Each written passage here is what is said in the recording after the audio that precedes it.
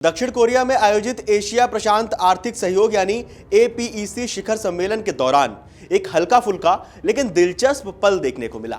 1 नवंबर को ग्योंगजू शहर में चीनी राष्ट्रपति शी जिनपिंग ने दक्षिण कोरिया के राष्ट्रपति ली जे म्यूंग को 2 शाओमी स्मार्टफोन गिफ्ट में दिए। ये मुलाकात खास इसलिए भी थी क्योंकि शी जिनपिंग लगभग 11 साल बाद दक्षिण कोरिया की यात्रा पर पहुंचे थे।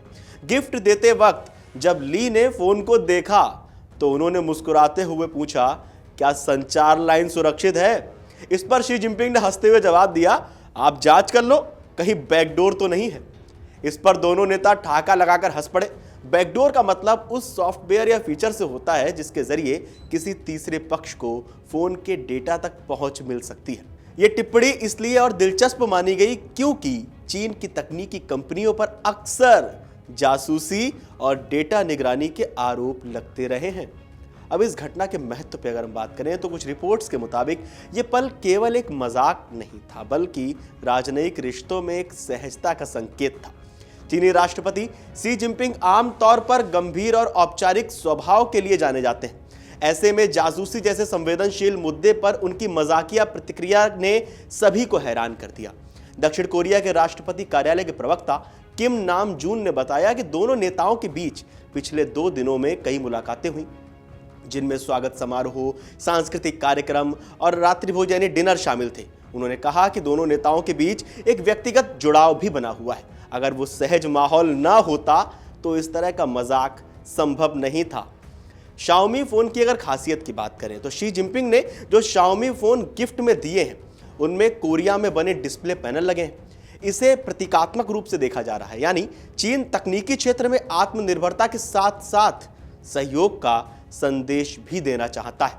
ऑनलाइन और मीडिया में जो प्रतिक्रिया है उस पर अगर बात की जाए, क्योंकि ये वीडियो बहुत वायरल हुआ और जिस तरह से ये हंसी मजाक का पल था, इस बातचीत का वीडियो सोशल मीडिया पर तेजी से वायरल हुआ।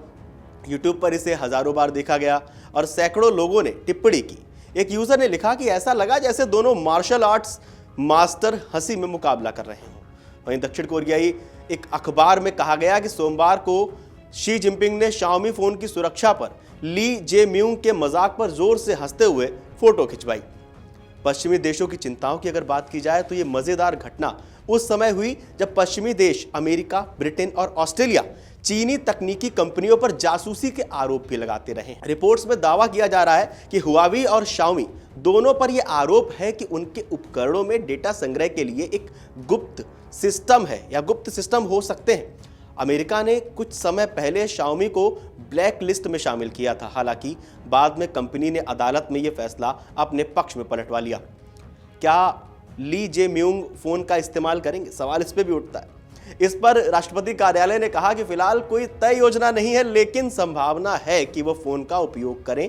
हालांकि राजनीतिक विश्लेषकों का मानना है कि ली शायद इन फोनों का आधिकारिक संचार के लिए उपयोग नहीं करेंगे, बल्कि वे इन्हें प्रतीकात्मक उपहार के रूप में ही रखेंगे या किसी को आगे गिफ्ट कर सकते हैं। कुछ रिपोर्ट्स के मुताबिक अगर हम इसके राजनीतिक संदर्भ की बात करें तो यह घटना दक्षिण कोरिया के लिए संवेदनशील समय में आई है। सियोल एक ओर चीन पर व्यापार के लिए निर्भर है, वहीं दूसरी ओर अमेरिका उसका सबसे बड़ा सुरक्षा सहयोगी है।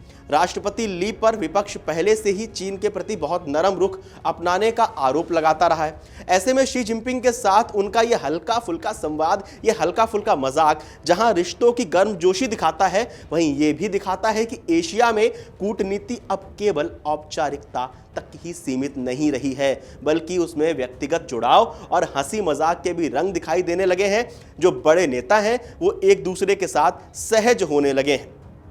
अगर हम इस पूरे मामले के लबो-लुबाब तक पहुंचे तो शाओमी स्मार्टफोन का यह उपहार केवल एक तकनीकी भेंट नहीं था, बल्कि यह चीन दक्षिण कोरिया संबंधों में नए भरोसे और सहजता का प्रतीक भी माना गया रिपोर्ट्स के मुताबिक। और शी जिनपिंग की बैकडोर वाली टिप्पणी आने वाले समय में शायद कूटनीति के इतिहास में एक हल्की फुल्की लेकिन यादगार लाइन के रूप में दर्ज की जा सकती है। खैर, इस पूरी खबर को लेकर, इस पूरे वाकये को लेकर, इस पूरी घटना को लेकर आपका क्या मानना है? आपको क्या लगता है? हमें कमेंट करके जरूर बताएं। और देश और दुनिया की तमाम बड़ी खबरें जानने के लिए देखते रहिए अमर उजाला। अगर आप ये वीडियो YouTube पर देख रहे हैं तो हमारे चैनल को सब्सक्राइब कर बेल आइकन दबाएं, और Facebook पर देख रहे हैं तो हमारे पेज को लाइक करें।